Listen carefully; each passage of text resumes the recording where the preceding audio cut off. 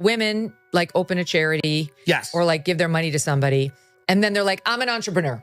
I'm an entrepreneur. It's like, okay. I'm a founder. Look, I appreciate I've that you connected gave. people with. Meghan Markle's latest moves have people buzzing, but not for the reasons she might have hoped. From launching a podcast about female founders to selling overpriced jam under her As Ever brand, it's clear she's trying to carve out a new identity post-royal life. But here's the kicker. Tim Dillon, the comedian known for his sharp tongue, isn't holding back. He's roasting her every step of the way. His take on Meghan's business empire? It's a hot mess, full of contradictions and tone-deaf marketing. Is this the rebrand of a lifetime? Or is Meghan just another celebrity chasing a dream that'll never quite land? 6 cents. Shortbread cookie mix, As Ever.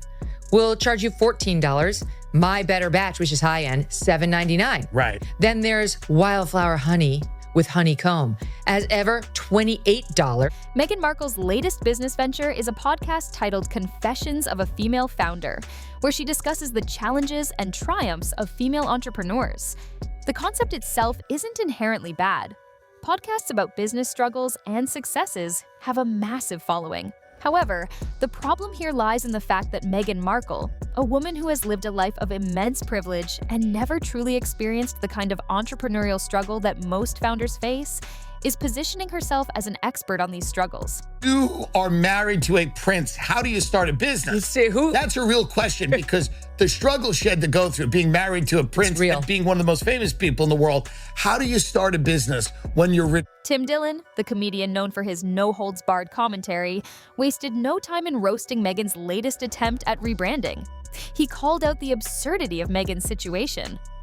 Here she is, a royal by marriage, with access to the best resources, connections, and opportunities, yet she's acting like she's just another founder grinding through the trenches. Dillon points out the clear contradiction in her podcast. Meghan is talking about the difficulties of building a business while coming from a life of unimaginable wealth and luxury. Let's face it, this is someone who, despite a public image of escaping royal life, never had to worry about basic business logistics or financial struggles. She really wanted her merch that she's selling to be prestige. Yes. Not prestigious. She wanted it to be prestige. Yeah. But at like a price point everyone can. Meghan Markle's As Ever jam brand, featuring products like raspberry spread, herbal tea, honey, and more, has been marketed as a luxury prestige line. But when you look closer, it's clear that the reality doesn't quite match up to the marketing. Tim Dillon, as always, is quick to point out the absurdity. He took a look at Meghan's offerings and compared them to their much cheaper, widely available counterparts, products that, frankly, are nearly identical but at a fraction of the price. She's got a raspberry spread under the As Ever label. Love raspberry spread. You can get it for $14, or you can get it at Walmart under the Smucker's label for $3.40. Take the raspberry spread, for example. Meghan's version costs $14, while a jar of Smucker's, one of the most popular and affordable brands, can be had for just $3.47. Then there's the herbal tea. Meghan's prestige tea will set you back $12, while Yogi's herbal tea, which is essentially the same thing, costs just $4.46. The price disparity is staggering, especially when you realize that the only thing differentiating Meghan's products from the cheaper alternatives is the As Ever label. Dillon is spot on when he says that these products are nothing more than repackaged common goods. And there's Wildflower Honey with honeycomb. As Ever, $28. Yeah. Amazon, $11. Right. And then there's Crepe Mix, which you can get from her for $14, or you can get it from New Hope Mills for. The big claim here is that Meghan is offering prestige items at prices that are somehow supposed to be accessible to everyone. But let's be real. How many people out there are looking to spend $28 on wildflower honey when they could grab the same thing from Amazon for $11? Or $14 on Crepe Mix when New Hope Mills offers it for only $5. The whole concept seems built for an audience that can afford to spend that kind of money without blinking. But most people would find these prices out of reach for something as ordinary as jam or honey. Yeah. And honey. It's also very weirdly British, isn't it? Yeah, well, her Isn't little it flower sprinkles. Isn't it Her odd? garden. It's kind of oddly British for somebody who went over there and realized it was just a racist, horrible place. There's a lot of jam and Meghan Markle's brand, as ever, has some odd choices when it comes to branding, especially when you take a look at the product's jam, honey, and tea. These items scream British, and not just any British vibe, but a very royal, high society kind of British. And here's where it gets a little strange. Meghan Markle, of all people, is leaning into this imagery when just a few years ago she made it clear she wanted out of the royal family. She went public with her criticisms of the UK and the monarchy, calling out everything from the pressures of royal life to the way the institution treated her. So it's pretty odd to see her now using the very symbols of royalty to sell products. Tea and honey? And why is she using all the royal crown on her stationery? I thought she hated Tim Dillon, never one to hold back, had some choice words about this. He couldn't help but point out the clear hypocrisy in using royal imagery, like the crown, on her packaging and stationery when just a short time ago, she was practically tearing apart the royal family's reputation. The whole thing comes off as an awkward contradiction. She left the royal life, said it was toxic, and now she's turning around and cashing in on that very royalty by using those same royal symbols to sell jam and honey. It feels like a total flip-flop, doesn't it? I recognize how much this was the plan the whole time, and you gotta give your hats off to her. It's hard to enhance your brand that quickly. Get your name out there in a ubiquitous. Meghan Markle's brand, with its emphasis on luxury but affordable products, is all about selling the image of a perfect life. Tim Dillon points out the major flaw in this approach. Meghan's brand projects an idealized, flawless existence, while her actual offerings are just ordinary products with an inflated price tag. She's marketing jam, honey, and tea as though they're high-end goods, but let's be honest, they're not much more than what you'd find in any supermarket, just wrapped in a fancier label. But it's not about the jam itself, it's about the image she's creating around it. Meghan wants you to believe she's offering something special, a taste of the good life, when in reality, it's just the same old stuff at a much higher price. She lives in an area in Montecito that's so wealthy, they're not even on Earth anymore. No. And it's a beautiful area. It's a great area. But they float around, and they have tea, and they pick flowers. Yeah. Take a look at her life in Montecito, a picturesque town where Meghan and Harry live, surrounded by lavender fields and the kind of natural beauty that seems ripped right out of a wellness influencer's dream. This is the perfect backdrop for her brand. The wildflower honey, the herbal teas, the raspberry spreads, it all fits into this fantasy lifestyle that Meghan is selling.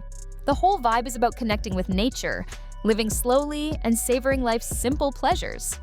But let's be real, that's not the reality for most of us. It's hard to relate to a life where tea and honey are an indulgence, not something we're scrambling to buy on sale because we're trying to make ends meet. She starts with herself because she now considers herself a founder. And it's hard to find. When you are married to a prince, how do you start a business?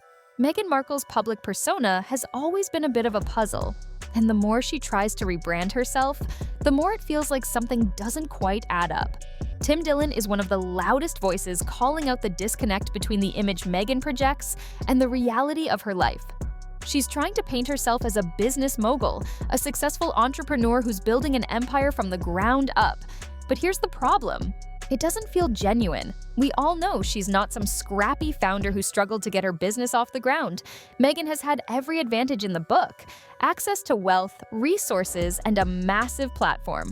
So, when she turns around and acts like she's somehow overcoming massive hurdles to build her brand, it doesn't resonate. It feels more like a performance than a real entrepreneurial journey. Pretended to like poor people? That lasted a few weeks. I don't. Sex workers, I remember that with her inspo. And this isn't her first attempt at reshaping her image. Remember when Meghan was all about aligning herself with causes like poverty and social justice? She talked about fighting systemic oppression and empowering women, and for a while, it seemed like she was genuinely passionate about making a difference. But now, it feels like her focus has shifted. Instead of advocating for meaningful change, she's focusing on luxury food products like jam, honey, and tea. The whole thing feels like a complete 180. It's hard to reconcile the Meghan who wanted to make the world a better place with the one who's now selling overpriced spreads and tea bags. The shift is jarring, and it makes her efforts seem less about helping others and more about cashing in on her name. So is Meghan doing good? Or is she just using her brand to monetize her fame?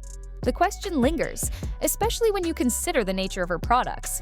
Selling jam and honey might not be inherently bad, but when you're positioning them as luxury items for a wealthy niche market, it starts to feel like the whole doing good angle is more of a marketing ploy. Meghan Markle's new Netflix show has generated a lot of buzz, and the big question everyone's asking is whether it's going to be something fresh or just more of the same. After all, her recent ventures, from her podcast to her As Ever jam brand, have seemed more like attempts to sell an image of a perfect life than genuine efforts to make a difference. So, does her Netflix show have a real shot at making it in Hollywood? Or is it just another move to cash in on her royal fame? Tim Dillon is quick to point out that, based on what we know so far, it's probably going to be more of the same. According to him, the show isn't offering anything new or groundbreaking. It's just another opportunity for Meghan to sell an image of a life that's too far removed from the struggles most people face. Her platform, whether through her business ventures or this Netflix show, continues to project this polished, idealized version of life, one that's far from the reality most of us are living. When you've lived in a world of luxury, where the biggest worry might be whether your biodegradable packing peanuts are up to standard, it's hard to genuinely connect with an audience that's dealing with far more pressing concerns. The deeper issue, as Dillon highlights, is that Meghan's wealth and privilege are too glaring to ignore. While she may want to portray herself as a relatable, down-to-earth figure, the reality is that many people are tuning in to see the drama and spectacle of her life, not to absorb some profound message. Tim Dillon isn't shy about criticizing Meghan Markle's recent ventures, but even he can't deny that she knows how to play the game. As much as he points out the flaws in her approach, he also acknowledges that Meghan has managed to build a brand around her image, and in some ways, she's doing it well even if it's not for the right reasons. Her marketing is slick. She's taken her royal background, her name recognition, and the aura of celebrity, and wrapped it all up in a way that appeals to a certain audience. People love a good prestige label, especially when it feels exclusive and unattainable. And Meghan has capitalized on that by positioning her products as high-end luxury items. The allure of luxury products is undeniable. Even when something is overpriced, there's always a group of people who are drawn to it simply because it's marketed as prestige. Meghan's jam and honey are prime examples of this. She's not just selling food, she's selling the idea that buying these items will somehow elevate your lifestyle. It's all about the feeling that you're part of an exclusive group, even if what you're buying is no different from what you'd find on the shelves at a local supermarket. The packaging might be fancier, the price is higher, but at the end of the day, it's just jam. Yet for some people, that label, that image, makes all the difference. But here's the big question: can Meghan keep it up? Tim wonders how long she can maintain this founder persona before the cracks begin to show. The reality is that her brand isn't based on anything concrete. She's selling an image, not a product with genuine value. So, what are your thoughts on this? Let us know in the comments below.